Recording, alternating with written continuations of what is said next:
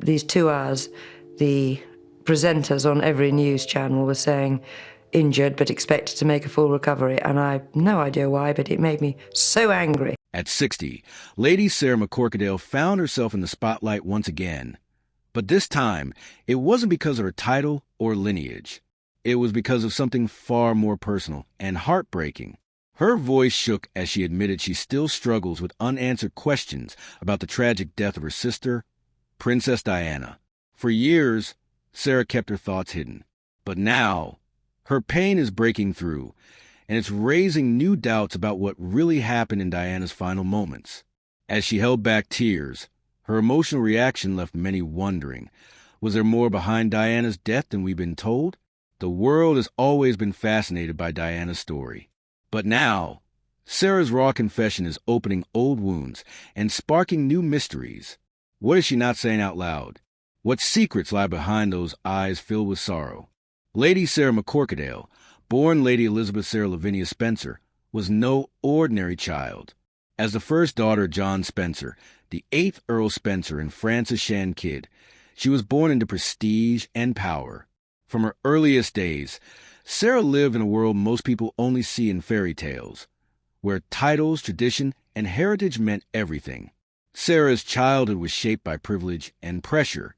She grew up between 2 grand estates, Park House, nestled on the royal family's Sandringham estate, and Althorpe House, the centuries-old Spencer family home. Life at Park House meant Sarah was often just a stone's throw from the British royals, a connection that would define her destiny and her sister Diana's future. Althorpe House wasn't just impressive, it was iconic. Since 1508, the Spencers had called it home. With its vast grounds, towering rooms, and priceless art collection, it was more than a house. It was a symbol of legacy. It told the story of generations of Spencers, their influence, and their place in British society. For Sarah, this history wasn't just about pride. It was a responsibility she felt in her bones. Her education reflected the weight of her family name. First, she attended Riddlesworth Hall, a posh boarding school for Britain's elite. There, she learned far more than just math and grammar. She was taught how to carry herself, how to speak, how to behave in high society. It was all part of grooming her for a life under the watchful eye of the public. Later, Sarah moved on to West Heath, another exclusive boarding school. There, she rubbed shoulders with children from the highest levels of society. But it wasn't all just parties and horse riding. West Heath taught her independence, living away from family, managing her own routine, and forming bonds with others who understood the intense pressures of aristocratic life gave her a quiet strength. Sarah's childhood was filled with beauty, but also burden. Every move was watched, every mistake whispered about in elite circles. Being a Spencer wasn't just about luxury. It was about living up to the family legacy. And with their ties to the royal family, that pressure only grew stronger over time. Even from a young age, Sarah saw the royal family up close, and it gave her insights most people could never imagine. These early lessons in royal life would soon prove valuable when her younger sister, Diana, stepped into the global spotlight as Prince Charles's bride. But before Diana, it was Sarah who caught Charles's eye. In 1977, at the glamorous Royal Ascot, Lady Sarah met Prince Charles himself, the man who would one day become king. At the time, Charles was Britain's most eligible bachelor. The press was obsessed with who he would marry, and Sarah, smart, elegant, and well-connected, seemed like the perfect match. Their chemistry was obvious. People whispered that Sarah, with her noble background and calm confidence, could very well become the next Queen of England. She had everything a royal bride should have: grace, poise, and a deep understanding of royal tradition. Raised with privilege, trained in etiquette, and aware of the pressures of public life, Sarah looked like someone who could handle the crown with ease. But just as quickly as the romance sparked, it fizzled out. In 1978, everything changed after Sarah made a shocking move. She spoke too openly to the press. In what seemed like a casual chat with 2 reporters, Sarah revealed personal details about her relationship with Charles. And one comment in particular made headlines. Sarah said she wasn't truly in love with him. That moment changed everything. In royal circles, privacy is sacred, and Sarah's honesty, while refreshing, clashed with the tight-lipped culture of the monarchy. Just like that, her chance of becoming queen was gone, and her younger sister Diana would soon step into the very spotlight Sarah had just stepped out of. Sarah didn't just share her feelings. She revealed personal struggles, too. Her honesty was rare for someone in her position, and it raised serious eyebrows within royal circles. Sarah even said that as she married Charles, she would still live life on her own terms. Those words, while brave, didn't sit well with the royals, who expect loyalty, silence, and total discretion from anyone close to the throne. When Charles heard about Sarah's remarks, things ended quickly. Just like that, the romance was over. Sarah's openness, though admirable to some, clashed with the image expected of a future queen. She had unknowingly broken the unwritten rule of royal silence. Her willingness to speak her truth showed she might not be able to handle the constant control and pressure that came with royal life. Though the breakup was respectful, the spark between Sarah and Charles was gone forever. But in a surprising twist, that failed romance would lead to something even more unforgettable. Because once things ended with Sarah, Prince Charles turned his gaze elsewhere, to her younger sister, Diana. Diana's gentle nature and striking presence caught his eye, and soon, something unexpected began to grow between them. But how did Sarah feel about her little sister stepping into the role she once seemed destined for? And what part did she play behind the scenes as Diana entered a world of overwhelming pressure and fame? Diana first met Prince Charles under surprising circumstances. She was only 16 when she tagged along during one of Sarah's outings with Charles. At that time, Diana was just a shy teenager, not someone anyone expected to catch the prince's attention. But even then, there was something about her that stood out. Charles didn't see her as a romantic interest at first. But after his relationship with Sarah ended, Diana started appearing more often in his world. Slowly, Charles began noticing her charm, her innocence, and something shifted. By 1980, their growing bond was no longer a secret. The public took notice, and the media pounced. Diana was only 19, but with her noble background, grace, and natural beauty, she seemed like the perfect match for a future king. Their courtship moved fast. In February 1981, the engagement was announced, and people went wild with excitement. Headlines hailed Diana as a real-life fairy tale princess. Then came the wedding, a breathtaking event on July 29, 1981, held at St. Paul's Cathedral. The world stopped to watch. Diana's ivory silk gown, complete with a 25-foot train, left everyone speechless. As she walked down the aisle in front of 3,500 guests, and nearly 1 billion viewers worldwide, she looked like she had stepped straight out of a storybook. In that moment, the world believed in happily ever after. The couple seemed perfect. Diana brought kindness, elegance, and warmth to her new role as Princess of Wales. Charles stood beside her, ready to take on his royal duties. Everything seemed just right, but behind those picture-perfect smiles, something darker was brewing. Early in their marriage, cracks started to form, hidden from public view, but growing steadily over time. One of the biggest problems? Charles's ongoing closeness with Camilla Parker Bowles.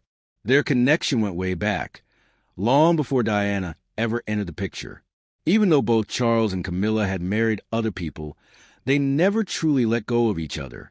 That friendship eventually turned into something more, and whispers of an affair began swirling. Diana noticed Camilla's presence early on, even before the wedding. She tried her best to win Charles's full attention. She wanted the marriage to work. But Camilla never seemed far from his heart, and Diana felt it. It hurt deeply. Diana later admitted just how painful it was, saying she felt like she wasn't enough. The marriage, she said, felt crowded, a heartbreaking truth from someone who only wanted to be loved. The royal family had strict rules about privacy. Problems were meant to stay behind palace walls. But Diana's pain kept growing, and so did the distance between her and Charles. As the media picked up on signs of tension, the image of the perfect royal couple started to crumble. The public, once enchanted by the fairy tale, began to sense something was wrong. The thought of an affair involving the future king was shocking. It wasn't just about broken vows. It was about betrayal of the public's trust. Diana struggled silently. The emotional toll was massive. She battled feelings of loneliness, rejection, and helplessness. Her mental health suffered under the weight of it all, and the pressure of being watched constantly made things worse. Over time, the cracks in the marriage became impossible to hide. Even their public appearances felt cold and distant. The media, relentless as ever, turned their troubles into front-page drama. But something unexpected happened. People started siding with Diana. The more vulnerable she appeared, the more the public loved her, and the more questions they had about what the royal family really stood for. Charles's bond with Camilla wasn't just a private issue anymore. It had become a national controversy, and it would soon become the breaking point in his marriage to Diana. After years of tension, emotional pain, and non-stop media attention, the couple finally separated in 1992. The end had been building for a long time, and now it was official. Diana opened up about her heartbreak in interviews, speaking honestly about the toll the marriage had taken on her. She didn't point fingers with anger, but her sadness told the story clearly. She had tried. She had hoped, but the pain was too much. The media followed every step of the separation like hawks. Every headline, every photo, every rumor added more stress to an already broken situation. And by 1996, the fairy tale was over.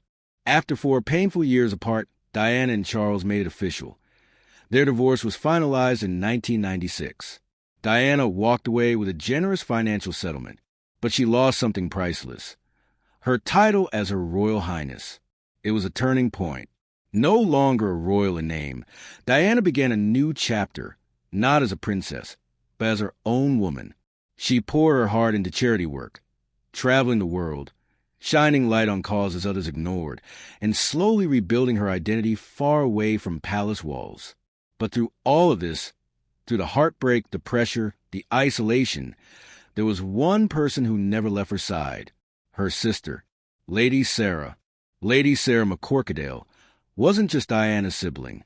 She was her rock, her confidant, her shelter in the storm of royal chaos. When Diana's marriage started to fall apart, it was Sarah she turned to.